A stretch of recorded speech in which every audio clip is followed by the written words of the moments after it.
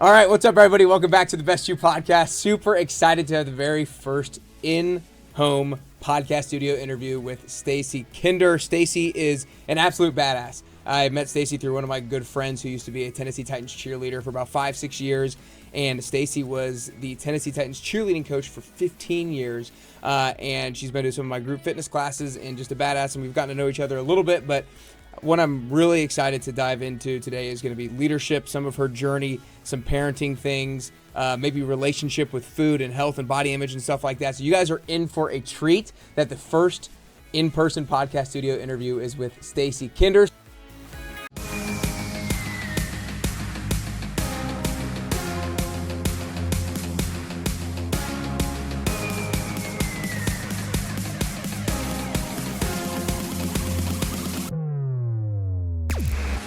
Stacie, welcome. Appreciate you joining. Oh, thanks for having me, Nick. Yeah. Thanks. And I just want to give a shout out to Nick that he is the best group fitness instructor I've ever taken from in my fitness career. I've had a lot of classes, and the way he puts a class together, formulates it, the frame of it, and then how he delivers it and coaches and the enthusiasm. Best ever. If anyone ever has that opportunity to be coached by Nick, please take advantage of it. 5 stars. Highly recommend. Well, much appreciated. Much appreciated. You know, when you think about a cheerleading coach, I think a lot of us have kind of no idea or no clarity as to what exactly all it is that goes into it. And then not that long ago, I got to watch the Dallas Cowboys cheerleader thing on Netflix, which I'm sure a lot of people did. And, you know, when I first started it, I wasn't sure exactly how I was going to like it, but I loved it and I thought it was great. And so I'm interested, when you first became a cheerleading coach for the Titans, what was your expectation of what that job was going to be like versus how it ended up playing out in reality? Yeah, thanks for asking that and referencing Kelly's show. Kelly Finglass is a friend of mine from Dallas, obviously, and that show's been on CMT, hosted it for 15 seasons. And then Netflix picked it up, and it was the number one rated show on CMT. I used to tell my folks at the Titans that when I would talk about how popular NFL cheerleading was, that, you know, CMT would not quit that show despite Kelly was, it's tiring having a camera every single practice that you're there, having to be on point. And but that show was so highly rated, then obviously, the production company took it to Netflix, and Netflix took it to another level. So people get to see that. They always ask me, is that real? And I'm like, it's very, very real. But what you see on the Dallas Cowboys making the squad show is very true to life and to really how it is. How it expected for me, I danced my whole life and was just not quite good enough to go the direction of, I was ballet forward, to be in a ballet company. I was told early on in my ballet career from a Russian instructor that said, you will never be a real ballet dancer with those thighs. And I was like, well, I didn't know that, but I know now. So thanks for the heads up. I'll go a different direction before I continue, sacrificing my whole life for this. And but that was, I'm a big believer in knowing the truth. And so you can make those pivots. And I pivoted to sports dancing through college at the University of Virginia. Really wanted to dance for the Redskins. Ended up moving to Nashville because I met my sweet husband, and they had no NFL team at the time. And Did you ever try out for the Redskins or anything like that? I didn't. No? We left before I had that opportunity. Okay. I graduated from UVA and moved to Nashville. So I went into arena football. That's what we had here at the Nashville Cats, which was a great opportunity. Landed a job in the front office. Our owner, Mark Bloom, was friends with Bud Adams, who was the owner of the Titans, and then recommended me over there for the Titans. And then I kind of moved across the river, as they say, from the arena side to the stadium side, and started working for the Adams family, and really was able to build a program over there. So kind of my expectations of NFL cheerleading, I'd just been around that world, so they were what was expected. My expectations for the NFL in general were definitely different. We all view the NFL as this big corporation and larger than life world. And really, when you're in those franchises, they're family owned. They're family businesses. And you feel that. And that to me was the biggest surprise, is that how much of a family business it really was. And it was more mom and pop than it was Home Depot. Mm-hmm.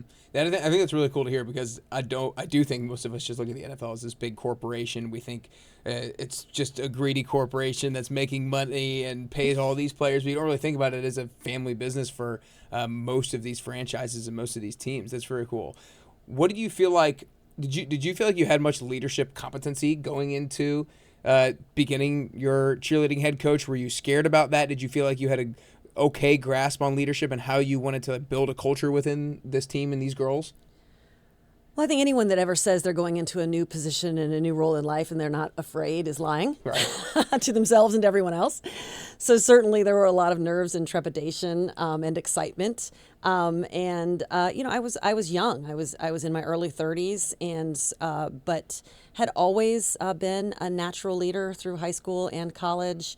And in my roles at the Nashville Cats, had a lot of opportunities. I had some corporate jobs in pharmaceuticals where I had been selected as a team leader and got some great corporate leadership training through the world of big pharma, which was really helpful. And so I transferred those over. I'm an avid reader. I read a lot of books, a lot about leadership, and and I'm also an only child, which I think a lot of only children, if you kind of are into birth order and all of those things, that you find that only children are typically leaders because they kind of have no one else. They have to, struggle through and make those decisions and plow ahead. Interesting. I feel like one of the unique things potentially of coaching this cheerleading, 27 girls?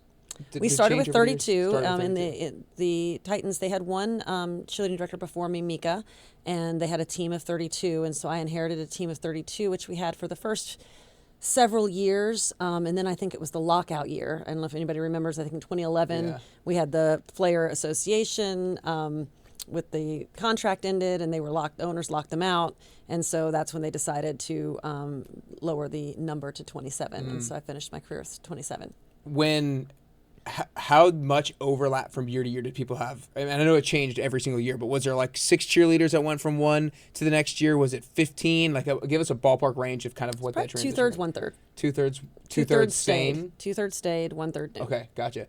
What were some of the things that you felt like were important to do as your team to build a culture? Because a lot of these girls are coming in, and at least on the outside looking in, I'm sure a lot of them are comparing their body image and their skill levels to everybody else. And when oftentimes where people are very competitive, they can compare themselves to each other a lot, and that can probably cause infighting and some turmoil. So what were some things that you found that were important for you guys to do to maintain a good culture where everybody had a good rapport with each other? Well, when you get a bunch of people who were the leader of their pack, whatever pack they came from, and now they're all together, and they all were like, well, I was homecoming queen and I was cheerleading captain. Well, now that's the whole room, right? And that's whether it's NFL cheerleading or if it's NFL players as well. I mean, they were all the best from wherever they came from. They were all Mr. Football, right? They were all, and now they're all together, and that is an interesting balance. We had a long audition process that was dance driven and interview driven. And so my portion of the scoring when they auditioned, and the veterans had to re-audition again, was 25%. And then the judges had 75%.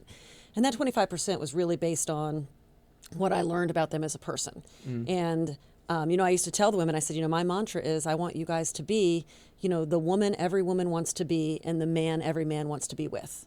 Right? So I want you to be admired by both and not just be a pretty face. And it's hard to find people, women that are beautiful and fit and talented and success driven and women of character. And that's really what we looked for. And one of the things we first did when everyone came together is I would say, okay, everybody sit down, raise your hand if you were captain of your cheerleading team or dance team in high school or college. Whole room. And then they'd all look around and they'd realize, and I'd say, okay, raise your hand if you were homecoming queen or prom queen. And then, 70% of the room. Right. And then, okay, raise your hand if you were student body president or class president, at least half the room. And so we started out with, that was day one. Yeah. With a mutual, I called it a mutual respect exercise. For sure. So you knew off the bat, you're not the only student body president here. Yeah. You're not the only homecoming queen here. I mean, just those 3 questions, you can tell a decent amount about a person. Because on the surface, a lot of people think that a lot of those roles might be selected off of looks or maybe like homecoming queen or prom queen. But it's really like if you're liked or if you're seen as a leader or whatnot. And so just off the bat, if you've never even had a conversation with the person, you have some sort of idea of what that person may be like. Right. And that that I was that and you were that too. Right. And so commonality. That we're, I'm not necessarily better than you. I'm I am a really accomplished person, but I also know that you're also a really accomplished person. Right. So I wanted to set that stage for really mutual respect, and I think a good leader does that, is it lifts everyone up and let's make sure everyone knows that like we are all the best of the best, and competition is great, but you are now here and you're on a team where you might not be the captain of this team, even though you're the captain of every team you ever have been on. Right. So was everybody else. So, that was always where we started, and it let people have that expectation of, oh, okay, I don't need to walk in and say, well, when I was captain, well, so were you. Yeah. Right. And I think that really helped set that stage. I'm sure. I think that's huge. Setting a stage for mutual respect. I think that's my biggest takeaway from that, and that's awesome. When you first started, like you said, you were in your early 30s. A lot of these girls I know are early 20s, but some who had maybe been there for a few years when you first started were maybe mid 20s, and so not all that difference in age. Was there any difficulty on your side from a, like, it could be fear because I'm not that much older, or like, did you feel like you struggled to gain respect early on because of the small difference in age or anything like that? 100%. In fact, the age difference was not small. There were women that were older than I was. Oh my gosh. Yeah, and I always had women over 30. And so for my first few years, I had women older than I was, and then my same age, and then, I kept getting older. Right. You get older, you get dead. Those are two choices. It's A or B. That's what it is. And, eventually there was a separation, but certainly those first few seasons, I mean, it was very pure leadership. And so I believe a philosophy, that A's hire A's and B's hire C's, right? And I like to think that I'm an A player. And I let the women, particularly the ones that had been there, and I was coming into their world that they had already established, and they were my age or older, asking their input, understanding A's hire A's and B's hire C. I respect you as another A, and I want you to help me get better. Another thing I did when I first got there, and I inherited a team because they had an audition, and so they were already selected. It was the summer. And I gave everybody an index card, and I said, I want you on the front side to list 3 things that you love about this team and the culture and what's going on and you want to keep. And on the back, I said, this is now your opportunity to create a new culture. Let me know 3 things you'd like to be different. And I think that empowered them to understand that I wasn't going to come in and dictate how this was going to be. Was there any glaring thing that ever popped up on one of those things where it's like, that really is something that I know how to change, or like we can start doing this because of this piece of feedback, or any like thing that stands out as like a biggest piece of feedback that you then implemented and worked well? Whenever you do a survey like that, there's always going to be that bell curve that people know what's wrong, right? It's been a long time now, Nick, for me to be able to recall those actual specifics. Right. But what I can tell you is that I really took that feedback to heart. I wanted them to have a team that they felt, was their team, and they were empowered. And I was like, okay, you don't want to do it like this anymore? Great. I don't think that's a good idea either. So let's do it like this. There was more uniformity in what they wanted changed than how they wanted it done. Everybody had their own different ideas of how it should be, right? But, we had a handbook that, I think sadly has gone away. But we're very, a list of ways that you were expected to conduct yourself publicly and privately as a Tennessee Titans cheerleader. And talk to me about that. Well, we're like, I know it's going to be hard to like regurgitate the entire handbook, but just get some of the ideas of, you mentioned earlier that you wanted these women to be the type of women that other women admire, but also men admire. And you mentioned beautiful, fit, talented, and success-driven, have good character. I'm sure some of that stuff was in the handbook, but give us a little bit more of an idea of kind of how these people had like a North Star of, okay, this is the type of behavior that I need to exhibit when I'm out in public or whatnot. One thing was, if you choose to wear a Tennessee Titans cheerleading anything, look the part. And I'd say, listen, we all get up in the morning and, we might look ratchet. That's not the day you throw on your Titans cheerleading jacket and run, run to Walgreens. Yeah. I know it's fine that you look ratchet. Don't identify yourself as a Titans cheerleader. Right? If you want to wear that, then you look the part. For sure. Right? You don't drink wearing Tennessee Titans cheerleading items. You don't, get sloppy drunk in public. You want to have a great party, I'm totally okay with that. That's your house party. Yeah. Right? You go out, and people see you, you're representing the team, and then bigger than that, you're representing the league. Yeah. Always. And there's a lot of surface pressure when you're on a team like that, where people believe in that concept of this is all of our reputation. And so they would put pressure on each other to hold to that standard over time, which is nice because they want to have that standard. And, I will address the elephant in the room when it comes to professional cheerleaders. I always tell the girls, look, you're going to start down here. If here is the regular level, sometimes for a lot of people, you're here because they think you're not very smart. They think you might not have good character. You might be promiscuous. And unfortunately, I think that's I call it, in all the world of victimhood and prejudice, people don't like to hear pretty girl prejudice. But that's one of my monikers, is that it's a real thing. For sure. People think that if you're, a pretty girl, particularly a pretty girl that dances, that you might not be a woman of character, unfortunately. And that's unfortunate because dance is hard. It is a lot of sacrifice. It's incredibly expensive for your parents if you grow up dancing, and it's a huge discipline. And so is being pretty. No, Beyonce says, I woke up like this. No, you didn't, girl. Yeah. Nobody woke up like this. I mean, it's more discipline on how you eat, how you take care of yourself. It takes you an hour to walk out the door in the morning and do your hair and your makeup. I mean, it's not easy, and it's not just some gift from God to be pretty. It is a gift from God to be blessed with nice features, but it is also work. Yeah. But a lot of society, has that pretty girl prejudice that you're not going to be very smart.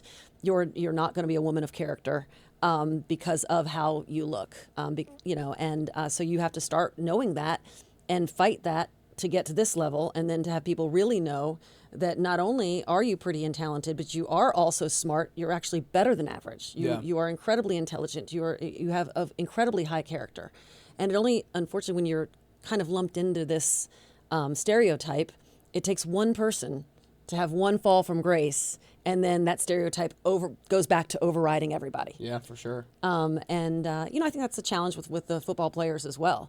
I mean, it's the same thing. People have the same idea that sometimes those guys, might not be great guys of character, and it only takes one of them to, say that, and then everyone says, oh, look at them, when most of those guys are the same way. They're incredibly intelligent men and hardworking and men of character, and and you fight those same stereotypical battles. Yeah, I'm glad that you said that. I think that is obviously very real. And then, like you said, it goes back to if you're wearing a Tennessee Titans thing, like look the part, because if you don't, you're could then bring everybody back down to the beginning where you started, and then you're gonna have to rebuild your reputation back up. It's funny. One of the things that I thought about when you said that, I thought long and hard before putting just a little Best You sticker on my car, on the back of my car, because I was like, I'm sometimes the type of driver who can get frustrated and I don't flip people off, but might go fast or whatever. I'm like, do I really want this to be for people to know all the time? Yeah, for me to know. But I was like, you know what?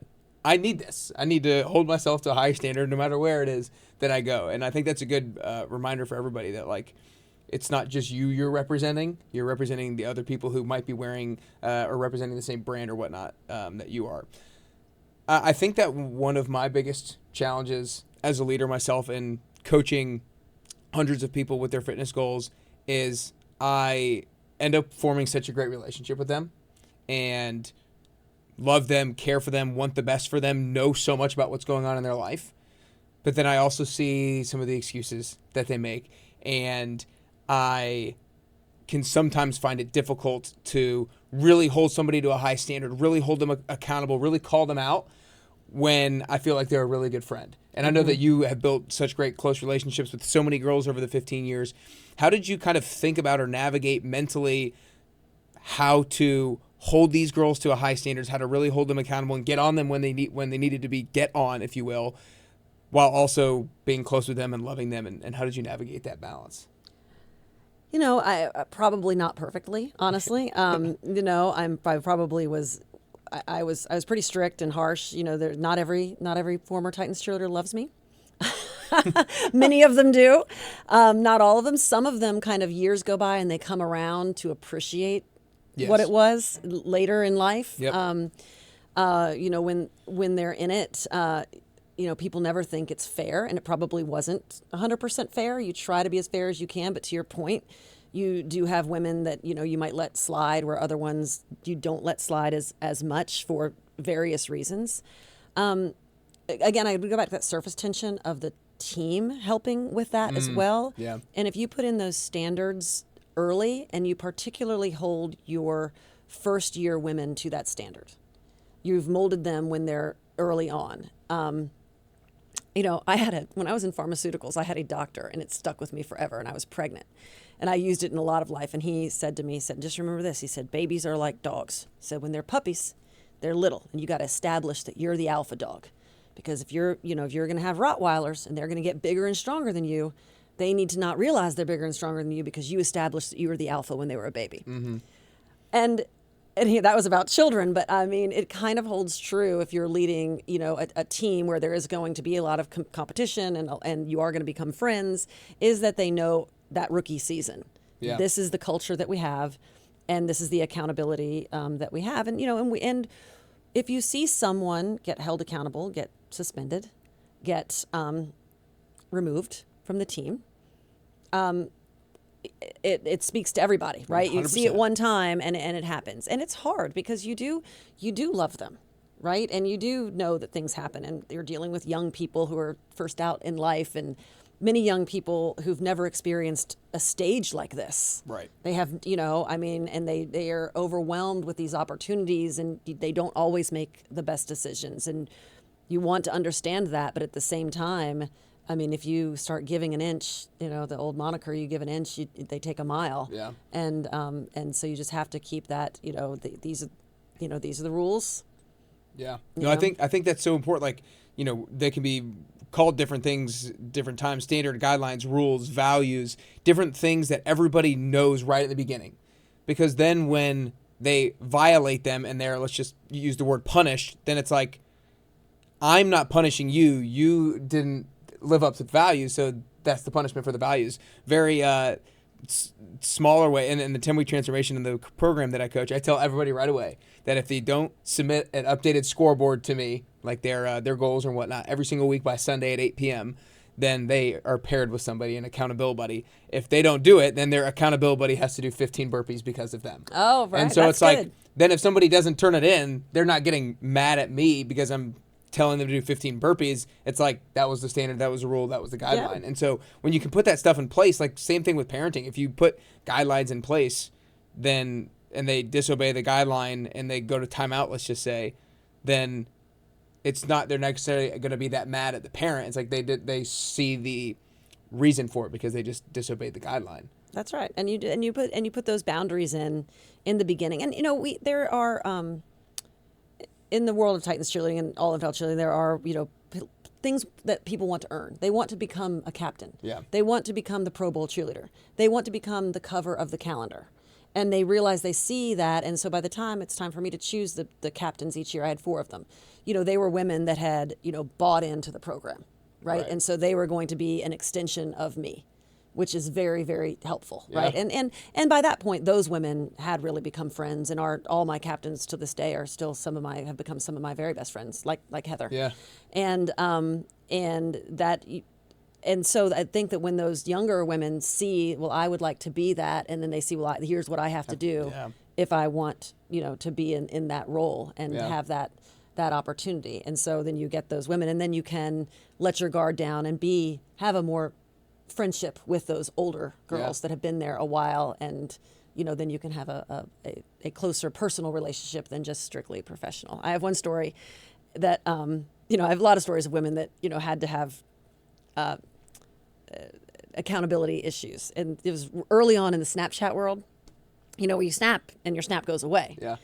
And so this girl had sent a snap out to a group of people that was like, I don't really want to be at practice tonight, with like a thumb down like picture.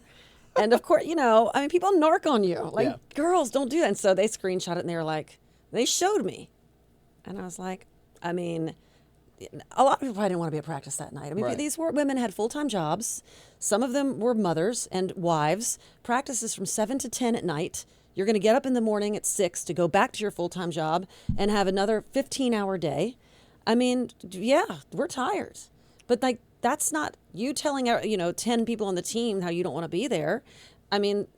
isn't helping all the rest of us. And so she walked in and I said, I understand you don't want to be here tonight. So please leave. And you don't have to be here tonight. And I guess because you're going to miss tonight, that means you won't be able to do the game on Sunday either. That's awesome. That is awesome. That is a standard right there. You know, and I hated to do that because I'm sure that she just sent that snap. You know, she was young, just not thinking about it. But the problem is if all the other girls on the team know you know. Right, because now they've shown it to me. Right. And they expect me to do something. Exactly. And if you don't, then they think they can get away with maybe a little bit more. And then if that just permeates slowly but surely over time, that's what derodes a culture. And so that's awesome. That's awesome. That's great. I mean, you know, that she wasn't fired, and we just never spoke of it again. And you know, I loved her back through it. I mean, and that's but but I think that did a great job, kind of like bringing home that point for sure, to make sure that you follow through with that as the leader. You did it for 15 years. Mm-hmm. I know that you're the type of person who's always looking to get better. What are maybe 2 or 3 ways that you feel like you really improved your leadership over the course of the 15 years? Oh gosh, I mean, I could still get better. I mean, I got better every year for sure. But you know, over time, my family, we call our family Camp Kinder. You know, we might talk about, you know, all my family stuff later, but we have kind of we've developed over time the 4 pillars of Camp Kinder, which are personal responsibility, personal accountability, integrity, and self-discipline. And I started trying to relay those to the women. I think I got better as a leader by explaining those 4 pillars, and then also delegating leadership. We would do, when I chose the captains, we would always have a captains meeting. I would, you know, we would usually read a leadership book with the captains so that we were all on the same page. How many captains were there? There are 4. 4, okay. With the style of leadership we wanted to have, and have a lot of communication with them about their accountability and what they were responsible for. And also really learning, as I had that separation in age and I got older and the team got younger, being more consistent. You know, leadership is a lot about consistent in what? With all of those rules and expectations and not having favorites. I mean, it's impossible to not have favorites for anybody. People that tell you they don't, they're lying. But being more self-aware of that and really understanding how much consistency mattered and trying to be as consistent as possible. And then so meaning like when the girls come to practice, go to the games, you know, interact with you, they know what they're going to get. They're going to get somebody who is like setting the rules, communicating the rules, communicating the expectations, and always making sure people are held accountable to them. And, you know, like you said, you might have favorites, but you're not necessarily going to let that manifest in a particular way to like put down other girls or anything like that. It's never putting down. It's just like, you know, if girl A is 5 minutes late, she gets the same consequence as girl B who's 5 minutes late, regardless of my personal feelings about either girl. And that's a pretty easy one. If girl A doesn't make weight and girl B doesn't make weight, you know, is the accountability, you know, the same. Mm-hmm. And, you know, and that is not easy, as any leader will tell you. And leading by example. I mean, you know, if I'm expecting you to stay fit and maintain a certain level of appearance and fitness, I feel 100% that I have to do that as well. And so staying fit with them, doing the work with them, being prepared. Nothing ends leadership quicker than a leader that shows up unprepared for a group. You know, that is a good that ends you become there's anarchy at that moment if you are unprepared, and then the group has to take over because of your lack of preparedness. And so I got better at being prepared. What did preparation look like for you for practice, for games? Yeah, what was like preparation look like? Talk to me more. I love preparation. So, talk to me about that. Well, first you have to you know, you're putting together a long-term schedule, and as I mentioned, you know, in the NFL, you know, the players, that's their full-time job. For the cheerleaders, it is not. Right. And I didn't want it to be.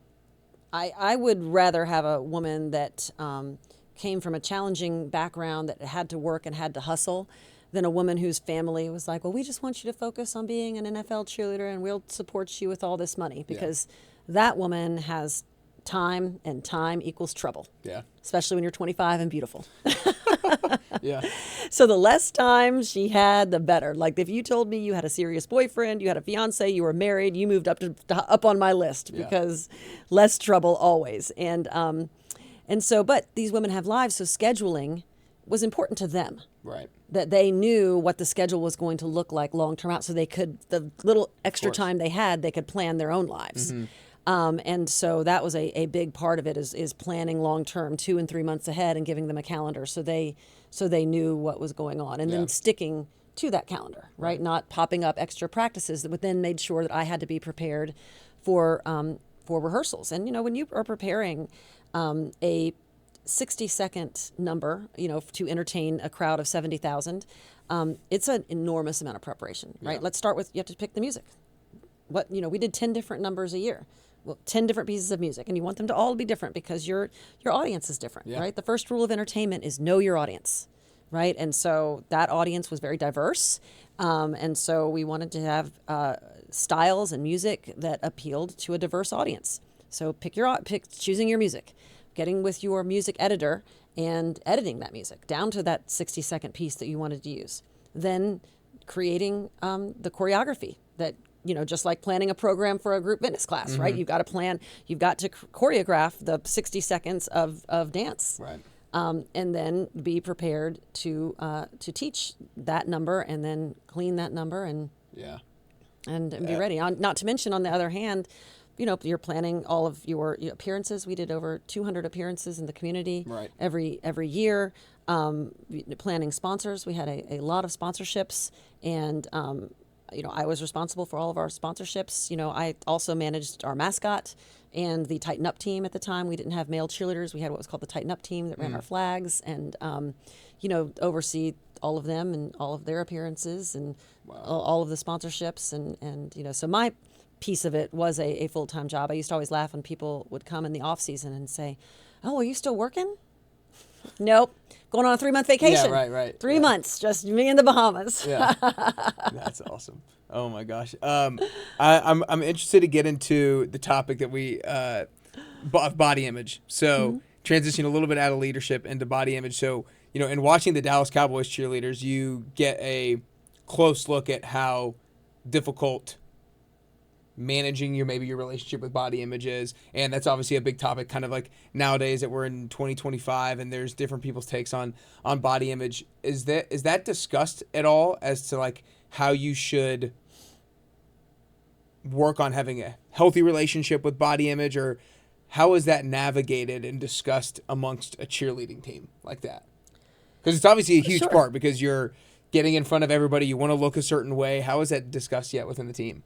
Yes, and Nick, it is 2025, and I no longer have this job, and and that's a big reason, right? Like if you're in a role in all of life, right, you have to adapt and evolve with the times, or move on, right? Yeah. And so for me in that position, I moved on, quite frankly, because I still have my same beliefs that I had then, and they don't, frankly, jive with a lot of what society kind of thinks about body image today, with body positivity and all that. So I don't know if you want me to speak to how we managed it then versus how it's managed now, but how we managed it then. Yeah, how we managed it then, which is how I would still, how I hold myself accountable, is that this is a role, that part of this role is about how you look, right? If the ideal Tennessee Titans cheerleader, the ideal NFL cheerleader, if you ask me, is the woman that every woman would like to be, and the woman that every man would like to be with. Yep.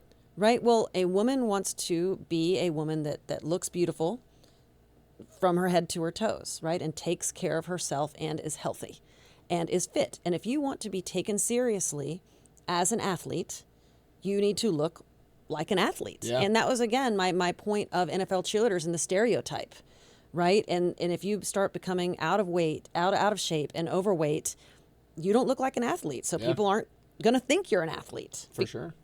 Because you're not. And we always started the year we did a month-long training camp where we had 5 days of rehearsal. And day 4 was Fitness Friday. And I am married to an amazing man who's a United States track and field Olympian. He won the Olympic trials in the decathlon, and he trained us for Fitness Friday. Wow. And there was a fitness test at the end. I'm big on numbers, right? Because numbers don't lie. That's how you kind of can get some of the favoritism out. Yeah. Right? As you have, this is our standard. This is the fitness goals that and you have to achieve this for the fitness test in order to be on the field. Yep. Because we are athletes. We want to be considered athletes. We're great dancers. Dance is athletic. You have to achieve these 5 fitness goals through Fitness Friday. And in training for Fitness Friday, your body looked great. And I'm also not there anymore because we weighed in. For me, weighing in was black and white. And we agreed on a goal weight. You and I, the cheerleader and I, right? Each individual person? Each individual person, right? And you weighed in right after you auditioned because you auditioned with this body and this look. And this is what we loved. Yeah. For So sure. I expect this person to be the same person from May to December. Yep. And that to me is not unreasonable. Yeah. Yeah, 100%. I should be allowed to expect that the way you look in May is the way you look in December. And you should agree that is, you sold me that. Yep. I mean, that's if I buy any product and in 6 months it doesn't work anymore, I'm going to take it back and be mad, right? I mean, it's the same thing. And so we would weigh in and you know, a range, you know, a 3 to 4 pound range. Yeah. You know, things do happen, you flux a little bit, but we would agree, like, you know, this is what you weigh today. Therefore this is your goal weight. It was never like, oh, you weigh this, now your goal weight is 10 pounds less, because I don't think that would be fair for me. Right. You shouldn't have made the team then. You made the team, and so generally, by and large, that's your goal weight to maintain. That's all I'm asking. And, you know, and that sometimes would become challenging. But, I mean, again, the accountability was we all weighed on the same scale. I would take a big plate, like a 45-pound plate, put the 45-pound plate on the scale for proof of concept. That's hilarious. This plate is 45 pounds, hence the scale says 45. Nobody's lying. Yeah. You know. Well, I mean, I think one of the biggest things is, like, you know, each person has their individual, you know, height and body type. And when they are accepted on the team, that's what their body type was. And so you agree on a number that is fit for that individual. And then, you know, so many sports have this. It's just, I think that the players got weighed in. Players get weighed in. Yes, I they mean, had like an expectation. Wrestlers, like like athletes. Most athletes need to have an idea of where their weight is, and usually it needs to stay in a particular range if they want to perform their best. 100%. And oftentimes, the athletes are asked to either increase or decrease their weight based off the sport they play in to perform their best. Do you feel like it's just gotten away from that because it's females, and it's almost like people need to realize there's two different conversations, that we're talking about athletes here that are playing a professional sport versus the everyday person that might have other health issues and things going on. Like, everybody should be working on their health and improving their body composition so that they feel their best and look their best and perform their best. But, like, these are almost like two different conversations, in my opinion. They are. You know, there are, you know, athletes are held to a standard because they're an athlete. And usually if you're an athlete, you're held to someone else. A team is paying you. A sponsor is paying you. I mean, your job is to be the best athlete you can be. And I guess it's like because it applies to me too, right? Like, I'm a fitness trainer. I think about it not that much because I never really feel like I'm going to be the type of person who doesn't eat healthy or doesn't work out. But I know I need to look a particular way. 100%. Or people are not going to respect me because nobody's going to hire a fitness trainer who looks out of shape themselves because they're not their own product. And so this applies to so many different people, and everybody, whether you like it or not, is going to have some sort of preconceived notion over how your body composition might look. Right. And you know, I mean, getting the weeds of mesomorph, endomorph, ectomorph, right? There's definitely 3 body types, right? And we all are genetically kind of fall into one of those 3 body types, right? A mesomorph, you build muscle easily. Endomorph, ectomorph, you're kind of long and lanky, or you're curvy, right? And that's fine. But that doesn't mean that you are out of shape and overweight. It just means the weight you have looks differently. Yep. And totally. But there's no body shape that their ideal weight is overweight. That is just not true. We have told society that is somehow true in body positivity. It is not true. It is not how God made us. It is not how human beings have looked since the beginning of time. Yeah. It is unhealthy. It is unhealthy for you physically and mentally. I mean, I could go down the road of how we have changed this world of body image and body positivity and thinking that it was for the best. We did go through a phase in entertainment where models were just almost emaciated, skinny. Because when I was, I've been in that world of entertainment a long time, and, I had an agent tell me a model is a hanger. They are what you hang clothes on. That's why they need to be 5'8" or higher and have no hips, because a model is a hanger. They walk down the runway as a hanger. And you know what? There's a lot of validity to that. You are modeling clothes that go on a hanger, and, okay, that's your job. Wow, I didn't even know that. Yeah. That's crazy. Yeah, and so that's why those women kind of look like that, because they're walking hangers. Yeah. I mean, I had a big time agent explain that to me. We've gone a little bit away from that look, but it's still, you're still supposed to be, in shape. And, we have many health epidemics going on right now, which is, why we have hopefully some changes in our health from a federal government point of view, but from a physical health crises and mental health crises. Yeah. And from a body image perspective, on the mental health side, we went to this body positivity in a way that I think society at large, I guess, thought that was going to help particularly women. Right. And I would argue that it hasn't. I think we have more depression and mental health crises since we started the body positivity movement than we had before, because everybody knows. You can say it out loud. I look great. And you look in the mirror and you just don't. And also, you don't feel great, because it's not healthy. Yeah. And that's my concern. It is not healthy. It is not how God made you. God didn't make anybody 50, 70, 100 pounds overweight. That's why health charts have BMIs, because there is a weight that is your healthiest weight, and that is just science. And I think we need to help people. It costs a lot of money. The way that I think about it is like, people who are listening, I have we probably both have sympathy for people who don't look the way they want to look or are overweight right now. I do think that our culture, our society, our food is presented to us makes it more and more difficult. Sure. Because you're provided very easy decisions versus tougher decisions that you have to convince yourself to make on a regular basis.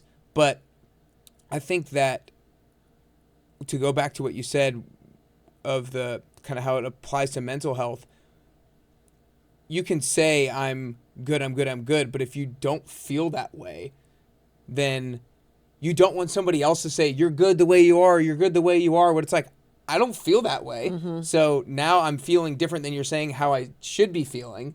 And so I'm messed up. Like, it does. It is. I do not think, I'm no expert, but I just can look at the statistics. Yeah. It certainly hasn't helped mental health. Right. So I can just leave it at that. And I think everybody, in my opinion, looks better, feels better, is mentally healthier when they are physically fit. Yeah.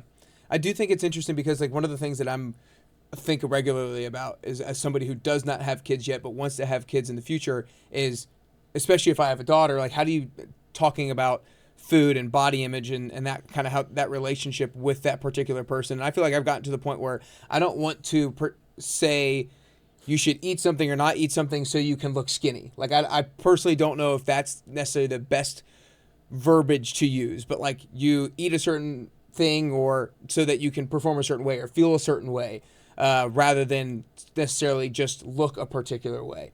I don't know. That's the way that I have currently think about it. But just because I know you're indoctrinated. I'm indoctrinated. Maybe I am. But I don't have daughters. I had a lot of young women that I mentored, obviously, but I don't have daughters. But I have a mother who's old school, and a child's biggest influence is their same-sex parent. Always remember that. I read that once, and I 100% believe it. Yeah. A child's biggest influence is their same-sex parent.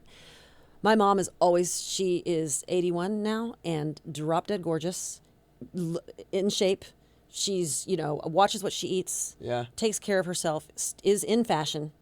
and is obviously, you know, my greatest influence. Yeah. And I watched her take care of herself and look great. And when she'd put on a little weight, I watched her be like, I've put on a little weight. And it just influenced me. And when I put on a little weight in college, she was like, put on a little weight. And I was like, yeah, Mom, you're right. I mean, even to this day, I mean, I had these jeans on actually, and I said, Mom, these jeans are 00. She was like, aren't they stretch? I was like, come on. Wow. She's doing Invisalign now. She wants her teeth to be perfect, and she's gotten older. And so she's so funny. She's like, well, you know, the good news is I've lost 2 pounds because I'm still on this Invisalign diet because I can't eat all day. Oh my gosh. Yeah, I think we're, and we don't need to go on this too much further, but I think my thought is that I don't want somebody to think, I think oftentimes people hear skinny and they think don't eat and like starve yourself. And so I never want people to think that starving yourself is the way to look the way that you want to look. Right. And not eating anything and eating 1,000 calories a day is the way that you want to look the way you want to look. And so I think that's at least where I'm coming from that standpoint. But it's a very interesting conversation to have, and everybody kind of responds to it differently. I feel like how you talk about it. Because if you take ownership of, like, your mom's like, you put on a couple pounds, you're like, you know what? Let's go. For some, like a lot of people don't respond to it that way, and so maybe it's learning how to respond to it appropriately. It's a lifestyle, I think, too, because I was in ballet, so I was in that world, right? True. My worldview is from a very early age being in a world where, you know, your physique mattered. Right. And obviously, if you didn't grow up that way, but even if you grew up as an athlete, you know, I mean, my husband, you know, like you said, struggles with it with his own, particularly female athletes. And, you know, if you're a high jumper, you have to have a body strength to body weight ratio that is ideal to jump the highest you can jump over a bar. Yeah. Your strength has to outweigh your weight. Yeah. If your weight is too much for your strength, it is going to be difficult for you to jump high. I mean, again, it's just science. But yes, I mean, with young women today, articulating that is in our society is a challenge. But I just wish we would all just be more honest. Like, this is the science. Yeah. You know, if you weigh less and you get stronger, you will jump higher. Right. Scientific fact. Yeah. You know, end of day. But then you do have to get into the, well, how do I weigh less? And you know, and yeah, never starve yourself. But you know, I get a lot of people that think that I'm, you know, why are you always on a diet? You know, you look great. I'm like, I'm not always on a diet. This is how I choose to eat for my life forever. Yeah, same. Yeah.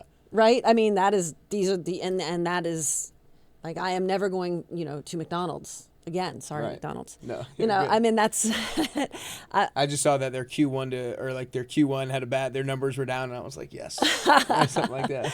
I mean, because I can't. I mean, I can't eat I guess maybe normal, what that might be, and maintain the weight and the physique and that I want. I mean, also you feel bad. I mean, I want to live a long time and live well for a long time. Right. And in order to do that, I have to eat well and work out. Yeah. Or you will disintegrate. We all will. You will age and disintegrate, and that'll be that. Yeah, it's honestly frustrating just that's not the norm. You know, when some people are noticing that you're eating healthy, it's like, you shouldn't notice that somebody eats healthy. You should notice when somebody doesn't eat healthy, because that should not be the norm. Anyways, we go on and on. This is great. I love this part of the conversation. I want to go back to a little bit maybe the family values. So you were so busy during this time. Mm-hmm. You did so many different things. Like, I only said you were the Tennessee Titans cheerleading coach, but you did so many different things with the organization. Like you said, some of the off-site appearances, and I know so many different things as well that we just didn't have time to get into, while also raising kids, being married. What were some of the things that you did practically, maybe like conversations with your husband, or, you know, preparation, scheduling? What are some things you did practically to keep it all organized so that you could feel like you filled each of the buckets enough? Like, I was a great cheerleading coach and a great wife and a great mom. So how did you kind of navigate that stuff? Well, I probably wasn't a great any of those many times. I certainly could have been a ebbs better, and flows, seasons of life. That's right, a better wife and mother. Working moms always have mom guilt. Yeah. It's just part of it. I have come to realize now that my kids are older that they notice it far less than you. So moms out there, all of that mom guilt, like the kids are caught up in their own life. They actually don't care that much about you. But you would think, oh my God, I'm 5 minutes late to this thing, or I had to miss this game. And, they want their parents there. But if you are there most of the time, they know. And if you're not there that one or two time, and I know a lot of moms, they beat themselves up about that. And it's not worth it because the kid's not beating you up about it. So FYI, you don't really realize that till later on. But, I have a great husband, that he coached them in track and field. He coached them in football. I took them to dance. Both my boys danced. And so that was kind of my world, and took care of all of the school stuff. And, you keep it on a calendar, right? And you get help. I'd say I was very fortunate when my youngest son was born and my oldest son was 5. My parents retired and they moved here. They had been living in D.C. and they moved to Nashville, and that really, really helped with having them when I couldn't be in 2 places and pick up the boys and be where they want. And the Titans also were great. They were very flexible because when you work in the NFL, it's 7 days a week. Yeah. I mean, I think I went for one stretch, I counted like I had worked 28 days in a row, without a day off. Right. Between games and Saturday events, and it was just 28. But consequently, it's not 9 to 5.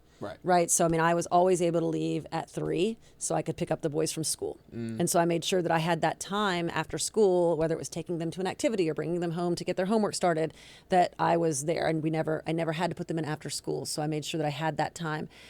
And then I sacrificed for a long time. I didn't go on girls' trips. Yeah. Right. Those opportunities that I may have had with my friends, for a long stretch, my time was the Titans.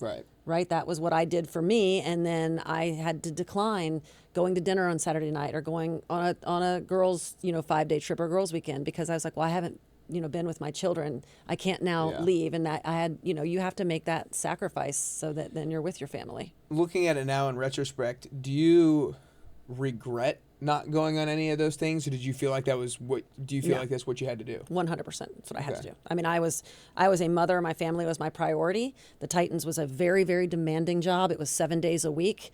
I 100% do not regret saying no to any of those. I mean, my friends, I would see my friends at events and around, but I take a lot of those trips now. Yeah. And it's wonderful, but back then I didn't, because the time that I had open was time I needed to be with my family. And, that's why my marriage probably is going on 30 years. Yeah.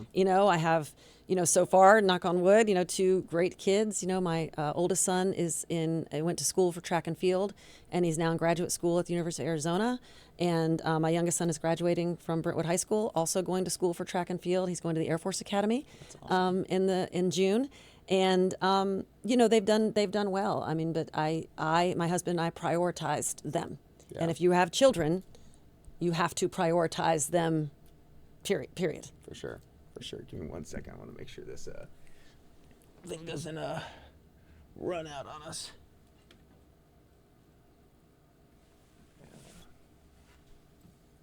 Oh my God, I'm so sorry. What? About your labrum. Oh. I mean, I saw you put weight on it, and I still can't believe you made it 14 miles. I'm sure it just disintegrated over the miles. Gosh, just disintegrated. There was a point where after the 12 and a half, I was... Oh my God. Yeah, I just had to stop. And how do you stop in a marathon? Does someone come and get you? Well, so...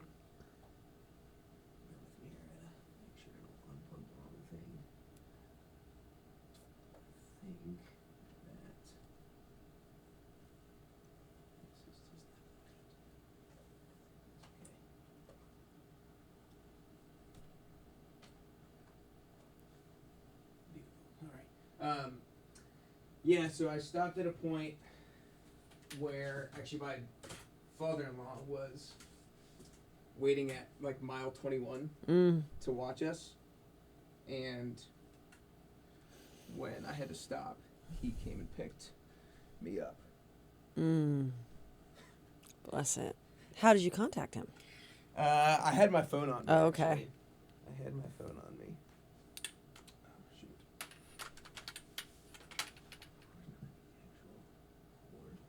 Nick, can I help you? I'm good. needed the charging cord.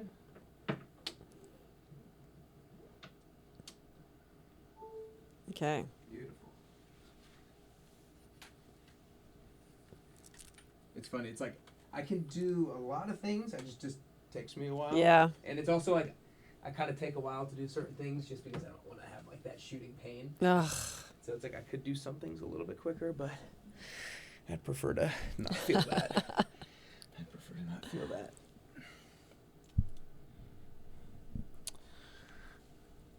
So in talking about your kids, you were a leader of 27 to 32 females with regards to your career. Then you have a couple of boys. Was it a similar, like almost like the leadership style? Because you're leading girls and you're probably, like you said, you're pretty hard on them and challenging them and holding them to certain guidelines and stuff. Do you feel like you took some of those like leadership practices, leadership style into your parenting at all? Yes, Nick, I think I'm the same person, for better or worse, all the Always. time. Okay. As a parent, as a coach, as a leader, I'm pretty direct. I'm pretty honest. I have high expectations. People know when they've disappointed me. Yeah. I know when I've disappointed myself. I'm really passionate, and so that's not always served me well, honestly. Yeah. But it's hard to. When is the time when it hasn't served you well? Oh my God, I've learned a lot of times at the Titans. A lot of times at the Titans. I was very passionate about my department and my program and making them the best they could be. And it's not a cheerleading company. It's a football company. Yeah. And I probably sometimes could have managed my delivery in how I felt we should be treated and money that we needed in the budget more diplomatically. I've learned that later in life a little bit more diplomacy goes a farther way than just straight fire passion. Yeah. So do you think that would need it, like if you were to go back in the moment and like try to coach yourself on that, is that a matter of what you said, understanding the perspective of this is not a cheerleading organization, this is a football organization that has cheerleaders? Is it about knowing that perspective? Is it about going into the meeting with more preparation and with a calmer presence? Or how would you like coach your former self to navigate those similar scenarios? It's funny, I've coached actually younger women. I tell younger women that I've worked with in subsequent jobs and I've been around, I've been like, look, you're so much like me, but this is, don't do this. Women that are, because I tend to be drawn toward women who are strong and smart and passionate and very professional. And I can see them. I'm like, oh, I did that. That doesn't always work. I would know and accept and consider the perspective of the person with whom I was meeting more than I was my own perspective, because they weren't thinking about where I was coming from at all, which is that's how humans are. We just don't think about each other enough. Sadly, we think about where we are. And I would have gotten a lot farther recognizing what that person's priorities were and then navigating my needs around their priorities and delivering that message in a way that took into perspective their priorities and what they cared about, and also recognizing they have no context for the world that I was living in with these women. Right. Just no context at all. And thinking about that from their perspective of having no context. And in a lot of ways, I would just come in with fire, and it was very off-putting. Yeah. It is off-putting. And to me, I was like, well, I'm just passionate, and I know I'm right. And I laid out all the reasons why I was right. Of course. And like from word one, they were like, yeah, God, Stacy's so crazy. I got that a lot. Stacy's totally crazy.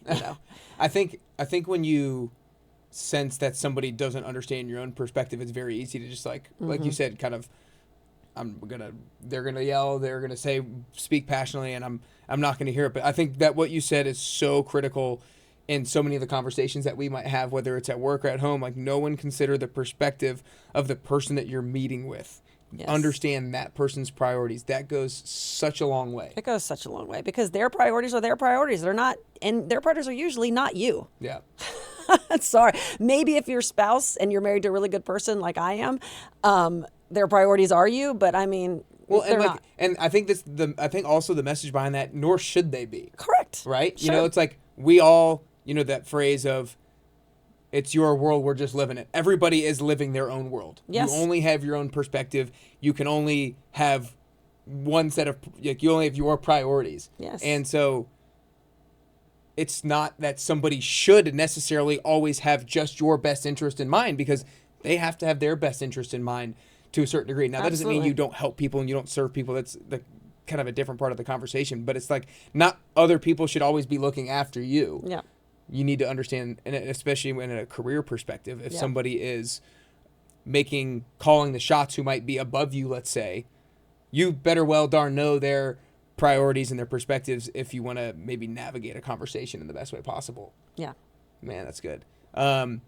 We talked a little bit about parenting. I want to go back to the topic. You mentioned your husband won the Olympic trials in the decathlon, 1988? 88, yeah. 88. We're Obviously- 11 years apart, by the way. 11. So let's just, please, I know everyone's now doing math, but like that's, you know. That's funny. That's funny. And obviously you're this badass cheerleading coach who is a dancer and whatnot, and you're raising two boys. I know oftentimes people can feel the weight of expectations. And if two parents or a couple of badass athletes and two kids see that, do you think they ever felt any weight of expectations? If they did, how did you communicate that with them? How did you kind of navigate the idea of expectations with your kids? Yes, I do think they probably found that weight. And again, this is a place where society is in 2025 and, you know, kind of where it was and like the beliefs that society is trying to tell us to do versus before, which is now I think it's this, you know, kind of anything goes, let your kids be what they want to be.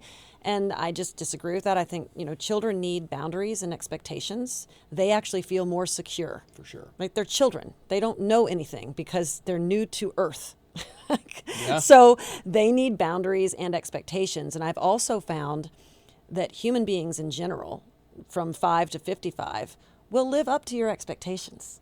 If they know you have an expectation and it's here, they might miss it. But if they miss it to here, they got higher than they would have if your expectation had only been here. And that's okay, right? And I think we got to this place where having high expectations and people miss them and then they're going to be automatically depressed. And I'm like, I just disagree with that, right? I mean, we all miss our expectations if we set our goals high enough, but the closer you come, you're better than you were. For sure. I think my husband and I really did talk a lot about that, especially when we named our first child Jet, right? So not only are we living this life, we name our child Jet, Yeah. which then once you name one child Jet, you can't then name the next child like, you know, Fred, Right, yeah. you know, like you have to then like, so his name is Cannon. And so then, but we really said, well, you know, what if he wants to play the violin? And then we're like, well, then he'll be the best violin player you've ever seen. Yeah. And so I think what we did, and this is again, parenting, your children are your priority. I just cannot say that enough. They have to be your priority. And you have to offer them a lot of opportunities to find out who they are. Because I think a lot of the mental health challenges with children not knowing who they are is because their parents didn't help them find out where their talents are, right? God created us each individually with love, and he gave us all talents and individual characteristics that make us great. So God does that for us, and then it's our job and our parents' job to figure out what that is. And for us, it was we put both of our children in a lot of activities to see where they liked and excelled. Now, we know, especially my husband, he's such a great athlete and a great coach, what their body type and their skill set is where they're going to be, right? We're not super tall. So while if they super loved basketball, that probably wasn't going to be the best thing they could have done. We put them in basketball nevertheless, you know, but we tried to also guide them knowing where they would find success, because people want to be successful. You're happier. Right, and then you of course. find other people that do the same thing that you do. And I see this a lot in high school. You find crowds of people that also like what you like, and they become your friends. And when you have friends and you have community, you live longer, you live happier, and you have less mental health problems. And so your parents have to help you navigate where that is. So I would really advocate for early on, put your children in activities. I mean, our kids did piano, voice, dance. I'm a dancer. That was very important to me that they learned to dance. T-ball, then baseball, track and field. Obviously, they were always at the track with their dad. Football, basketball, and we let them try it all. And then soccer. I mean, and like I said, and the arts, piano and voice and dance. And that's awesome. I did all the sports. I didn't do anything like dance, or I didn't necessarily try an instrument. And I don't know if that was me as a kid rebelling or if that was ever pointed out. How did you navigate or handle if your kid didn't want to do a particular thing? Or like if you were like, we're going to sign you up for this piano lesson, and they're like, no, I don't want to do it. Like, how did you navigate all some kids of that do stuff? that, right? Of course. Gymnastics. We also do gymnastics. I'm a big believer in gymnastics for all young athletes to start as a foundational piece. All children, especially in today's world, when they're addicted to screens and games and whatever, and we just all as human beings, I think we lean toward laziness, especially now because we don't have to go out and kill our own food and raise our own food to live. Yeah. So we'd all rather just sit around and watch Netflix or look on our phones. So you have to know that children are going to say, no, I don't want to do this. And that doesn't mean that they really don't want to do it. You have to almost make them try it enough times and meet enough friends, because we're all afraid when we go somewhere new. It's intimidating when you're a little kid and I have to go into this class and there's other people and I don't know them and they might not like me, and I don't want to do it because it's scary. Do I not want to do it because it's scary, or do I not want to do it because I just really don't like it? Ooh, yeah, that's a good difference. And a lot of us don't want to do stuff because it's scary. Things are scary. Life is scary. It's life. And when you start realizing everybody's scared. I go to networking events to this day. And I love to talk to people and meet new people. But sometimes I'll go to a networking event where I feel nervous. Like, I'm not going to know anybody here. Yeah.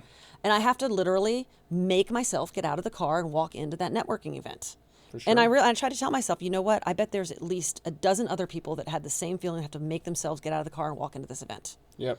But it's going to better me. I'm going to be better for going in here and meeting these people, learning whatever I'm going to learn in here, and I'm going to go do it. And children are the same way. They're a lot of that I don't want to do it comes from fear, and a good parent will navigate that fear and say, you know what? Hey, this is going to be fun. We're going to try, and we're going to do it for the season. Yeah. And I mean, and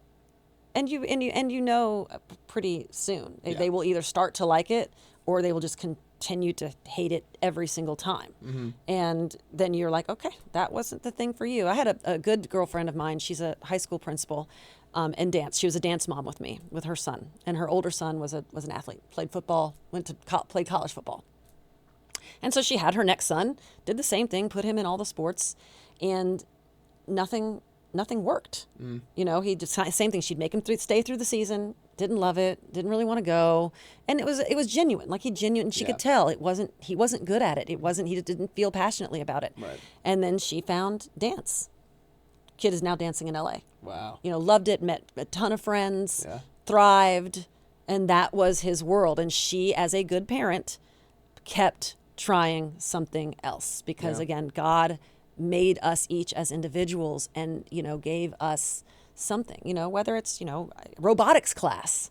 I mean, you don't know, and the kids don't know because they're kids. For sure. You have to introduce them to all of the things, and then they will find that thing, and then when you've found it, and you have to start early. Yeah. You can't wait for them to find it when they're 12.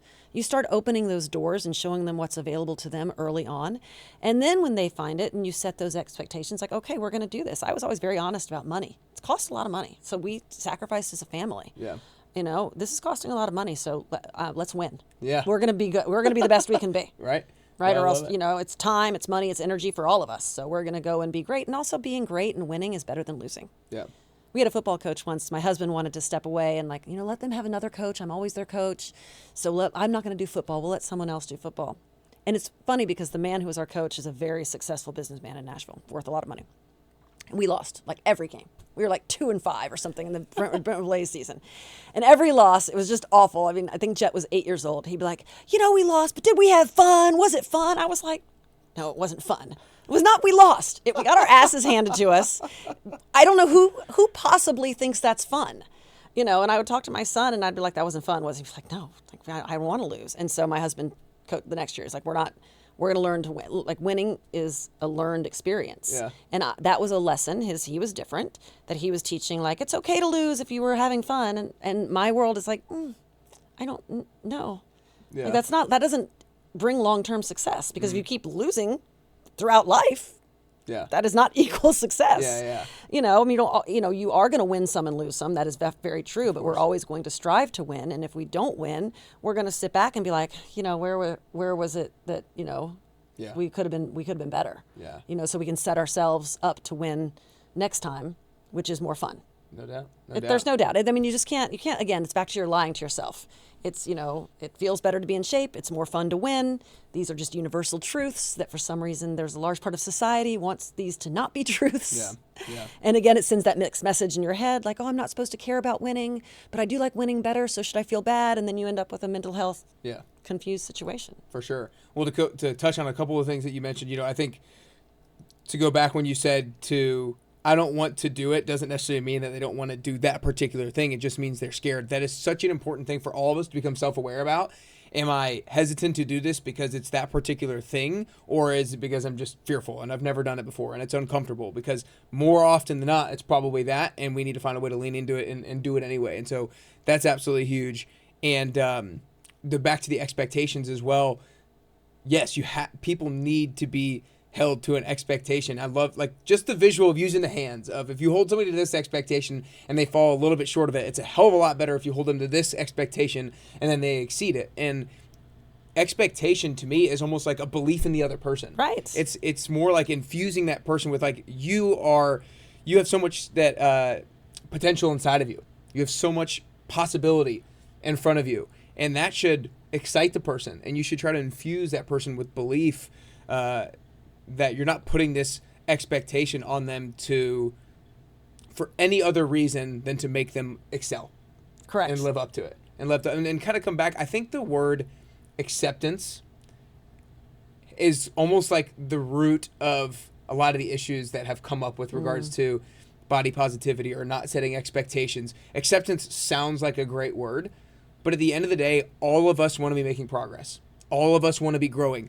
To me, progress equals happiness. Mm-hmm. If we're not making progress, then we feel that inside. We do. And so you should, to an extent, never accept where you currently are. Never. Because it's like, tomorrow I need to be different. And so you should, I feel like the way that I think about it is you should accept that where you are today, it's okay because everything you've done in the past has led you to there, and that's what you're dealt with now. But you don't want to be there tomorrow. And so I think acceptance is a very dangerous word when used in some of the contexts in which we've talked about today. It allows you to accept mediocrity. Right. Right. And I think that's where it is, like that where you are is fine when you could be better. And it's not a bad thing to think you could be better and want to be better and have purpose, right? Yeah. That's back to like giving kids that finding what they can do gives them purpose. And then you want to have that purpose. To your point, you want to progress to that purpose and keep learning and keep doing new things. My husband has been in, track and field his whole life and, still coaches with passion. He wants to win the state meet in Tennessee every year, right. And he doesn't win every year. But you know what? He wants to. Yeah. And so he's probably going to be top 3. Yeah. And that's better than being 10th. Yeah, exactly. Because he's going to plan and try to get there and try to win every year. And I think too, when you talk about those expectations with the kids and making progress, that people think they have this vision, I think, because movies have put it in there of these bad dads that like if the son doesn't meet the expectation, then he's berated. Yeah. And that's just not reality. Like you set the expectation and then they don't make it.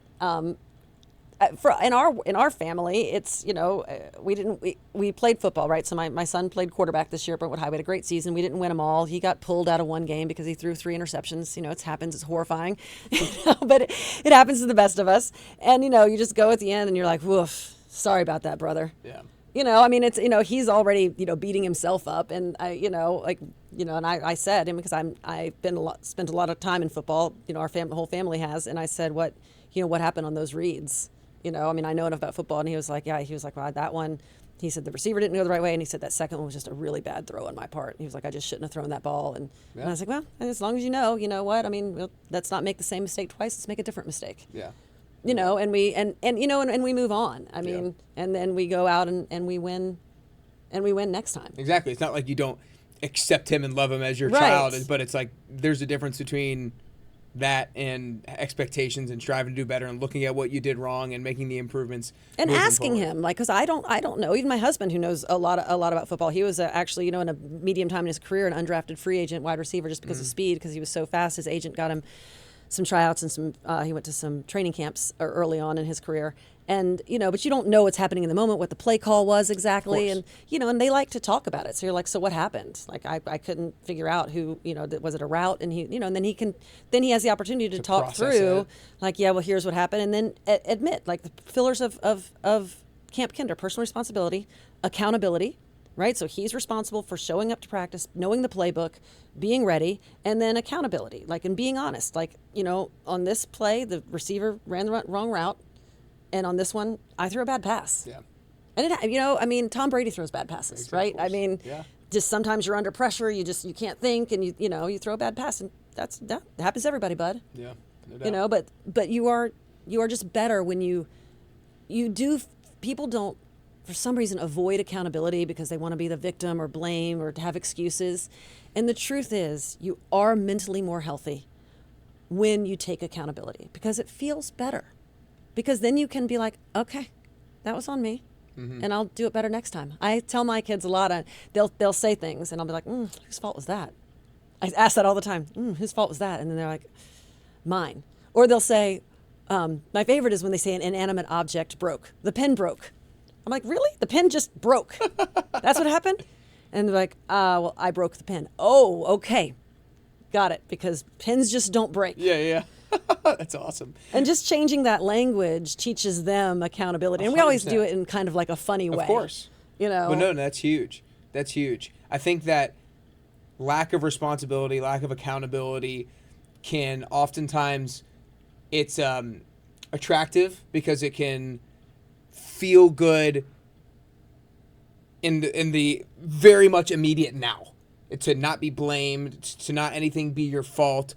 But if nothing is your fault for the bad, then nothing is your fault for the good. That's and right. So like it's both sides of the coin. But this has been great. I want to wrap up with one final question. But before I do, first off, thanks for coming in. I'm so honored. The first in-person studio.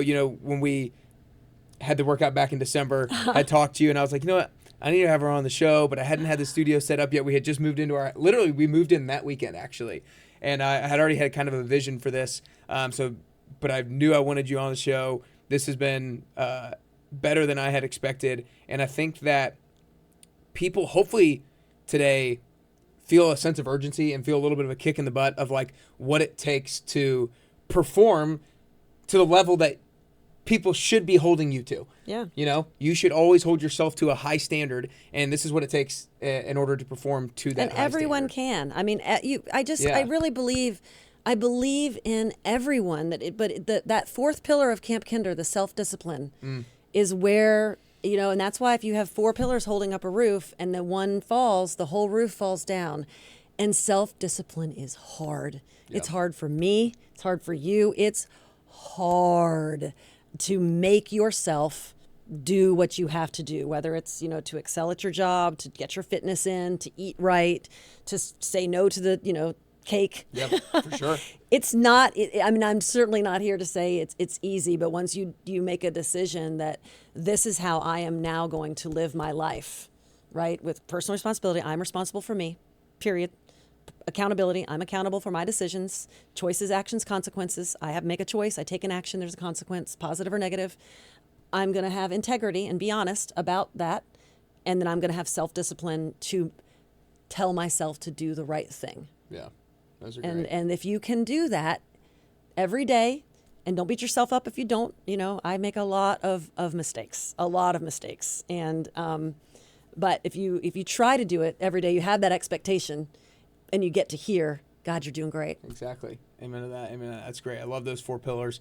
Last question. I mentioned how during the 15 years you were continuing to look to get better as a leader, and we're continuing to look to get better as human beings every single day. And I think the ultimate goal for all of us is to get closer to the best version of ourselves. And I don't think we ever achieve that. I think it's something that we just always strive for and have as a North Star that we're always working towards. So for you personally, what are 3 things that you feel like you can currently do or currently work on to get closer to the best version God, 3 of you that you can It's be? a long list. Gosh, anger management. Okay. As I said, with my passion, it comes out that way, and having vengeful thoughts within my anger management. I'm Catholic, and my faith is really important to me, and I go to confession. I don't mind confessing to everyone. I confess that, Yeah. To my priest, and I'm like, my thoughts are just vengeful. Like, so if I think you've done me wrong, I mean, I think about throat punching you. That's really like, okay, I'm not saying anything wrong over here these next few minutes. And that's not good. And I mean, life is life, and letting go of that makes you it has better life. Like, there's just no reason to hold on to it, and I know that mentally. Yeah. But again, living it out is hard, sure. Because then I see that person that I want to throat punch, and I immediately think, still want to throat punch you, still there. And, and my priest said, if you could just try to change, and pray for them instead of thinking about throat punching. The throat punch will come, but as soon as you can grab a hold of that and change it to prayer, I'm going to pray for them. They probably have their own set of challenges, and I pray that God blesses them with the best life they can have. Again, self-discipline. It's not always easy to do that when your first thought is throat punch. But I do, I have to work on that every day because, and I think that stems from, God made me passionate. Yeah. I am very passionate, and that passionate does have fire. I'm quick to anger, and I would do better in a lot of relationships, in a lot of ways, to have a little bit better anger management, Okay. To not have those vengeful thoughts, Okay. And patience and satisfaction. I think when you are really goal driven, that sometimes can lead you to dissatisfaction. That's kind of, I guess, the downside that maybe these mental health experts, if you will, think you have all these goals, and so then you're never satisfied. And I can see that. And so finding patience and grace to have your goal, and maybe it's not attained, but then remember, well, wait, here are all the things I do have. Yep. So let's have gratitude and grace for all of these really great things. I hate to be materialistic. I live in Brentwood, so there's, people have so much out there.